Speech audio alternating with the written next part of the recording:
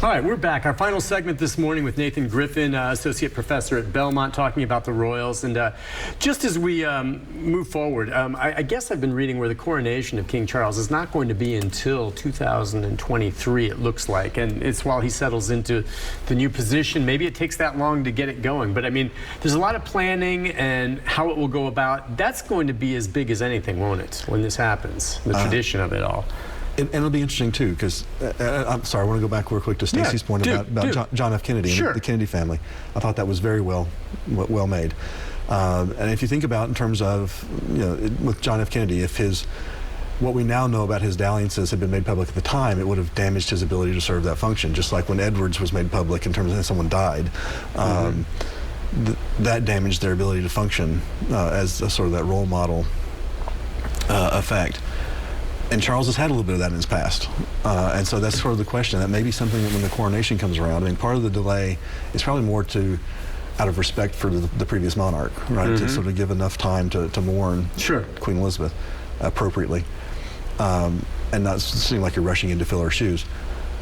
There may be some, I mean, the general form of the coronation will probably be largely the same. It's tradition, and their strength comes from following tradition. So there shouldn't, I would imagine, be radical changes. There may be little details here or there that Charles gets to decide he wants to have this way or that way, or, so there'll be things that he won't have a choice about. There'll be things he can shape what it looks like. There may be a few things where he has a choice about it. But it should be largely the same because they want to, again, maintain that tradition and sort of, part of it is the continuity, right? That's the stability that they provide. Because there's always the king, there's always the monarch to fall back on, and so as long as that's all the same, then that gives you a thing sort of in the back of your mind, I would imagine, as a citizen of the United Kingdom, that allows you then to be a little calmer because okay, but there's still a king back there somewhere. There's still this floor, that I can stand on. Right. And they want to maintain that floor. Yeah, it's interesting too when you talk about Queen Elizabeth. She became queen at such an early age, right? She was very young, and so she didn't have this history. And of course, it was a different time then. There's much more of a past to look back on, and not all of it perfect for King Charles. And I think a lot of that, it seems like it's been distant in the past. Everything around, Princess Diana and the like, she's never going to be forgotten, but that maybe folks are not going to dwell on that, or you think some of that will come up during the coronation, some of his background. And I don't know if that taints or hurts anything. I think he's done his best to try to keep a low profile, if nothing else, and not have any controversy swirl around him, while there has been some other controversy with the royals. Yeah, I mean, he had to know. He had to button it down, right? And he did. And I think his mom probably told him that, and probably his dad did too.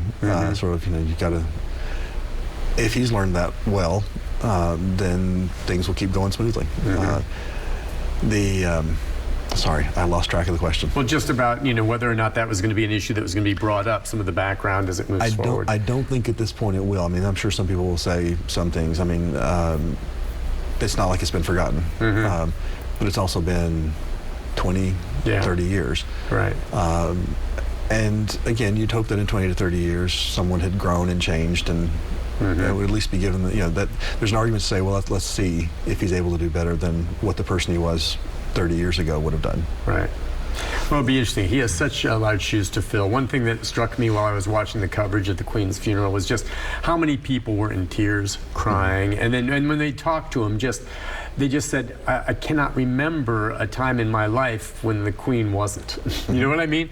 She had always been there, and by all accounts, I just don't think anyone can ever, I can't imagine someone being like her. Part of it was that, but she had to make her way, and of course she was much older.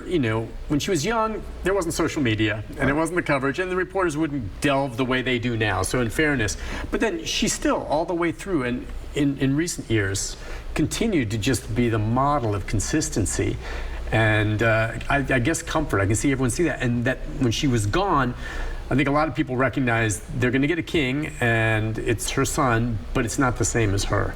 But the tears were there. That's what struck me. They were crying over the death of this queen, and I think I understand why. Well, and one thing that struck me, a colleague of mine who has lived in the United Kingdom before and was there shortly before, I was there with me the last time I was there as well, said in one of her taxi rides, the taxi driver that got around to talking about that if anyone in the private sector worked as much as the Queen, the trade unions would have something to say about it. Right. And it struck home really well because there were planned strikes on the tube in London during this time, and they called off the strikes so as to be able to move people through London and let them grieve for the Queen and let them see her in state. The labor unions also, right? There's again that consistency that this is something we can all unite around. Right. That brings us together. And the politics of it, however, maybe the royals felt, or the Queen felt personally about unions or otherwise, was never anything that was public. Right. So that, if she had been a political figure, that would have been an issue, you know, one way or the other. And it wasn't. And that's something that takes away. The royals are not political for good reason, and they can hopefully rise above that and just be a good example, hopefully, at how, you know, to live a certain way. And as that shows, a unifying example that brings people together rather than driving them apart. So that's what I think. Professor, thank you for coming on. Thanks for having me. Fascinating. We'll watch. We'll talk again during the coronation. How about that? I'd love to. Thanks again, my friend. We'll be taking a break. Come back with the programming note right after this. Stay with us.